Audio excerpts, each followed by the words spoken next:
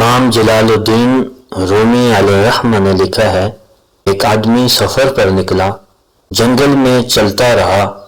جنگل میں بہت دور چلنے کے بعد اسے تھکاوٹ محسوس ہوئی اور تھکاوٹ کی وجہ سے نیند غالب آ گئی۔ اس نے سوچا کہ کہیں آرام کر لوں، لیکن آرام کرنے کے لیے اس میں ہمت نہ ہوئی۔ یہ جنگل کا راستہ ہے اور جنگل کے راستے میں کیسے آرام کروں؟ سوچتا رہا کہ کوئی چیز مجھے ایسی مل جائے جس کی وجہ سے مجھے کچھ سہارا مل جائے تو میں آرام کر لوں۔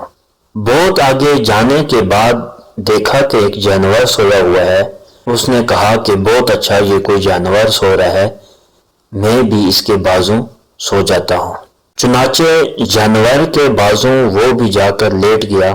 نیند کا اتنا غلبہ تھا کہ تھکاوٹ ایسی تھی کہ بس لیٹتے ہی نیند آ گئی۔ کچھ دیر بعد اسی راستے سے ایک دو آدمی گزر رہے تھے۔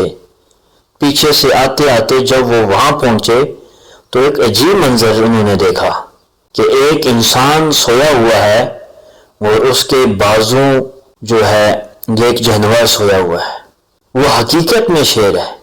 یہ لوگ بہت پریشان ہوئے کہ کہیں یہ شیر جاگے اور اس بیچارے کو کھا جائے۔ انہوں نے آہستہ سے سونے والے کو آواز دی اور جگایا۔ جب وہ جاگا تو ان لوگوں نے اس سے کہا کہ کہاں سوئے ہوئے ہو؟ وہ دیکھو تمہارے بازو میں شیر ہے۔ بس اتنا ہی اس نے سننا تھا کہ وہ گھبرا گیا، پریشان ہوا، ڈر کے مارے، اور شیر کے خوف کی وجہ سے اس کی جان نکل گئی اور وہ مر گیا۔ یعنی اس عقائد سے معلوم ہوا کہ خوف بھی ایک معرفت ہے، ایک پہچان ہے۔ اگر معرفت و پہچان نہ ہو تو خوف نہیں آ سکتا۔ جب پہچان ہوگی تو خوف آ جائے گا۔ دیکھیں کہ جب تک اسے شیر کی معرفت اور پہچان نہیں تھی تو اس پر شیر کا خوف بھی پیدا نہیں ہوا۔ جیسے ہی شیر کی معرفت حاصل ہوئی تو اس کا خوف بھی پیدا ہو گیا اور وہ مر گیا۔ اسی طرح جب اللہ تعالیٰ کی پہچان انسان کو ہو جاتی ہے کہ اللہ کتنا بڑا ہے، وہ جبار ہے، وہ قہار ہے، کتنی بڑی طاقت والا ہے، وہ کیا سے کیا کر سکتا ہے، تو جب یہ پہچان اللہ کی انسان کو ہوگی تو ایسا نہیں ہو سکتا کہ اس کے دل کے اندر کوئی ہلچل نہ مچے اور اس کی وجہ سے اس کے دل میں اللہ کا خوف پیدا نہ ہو۔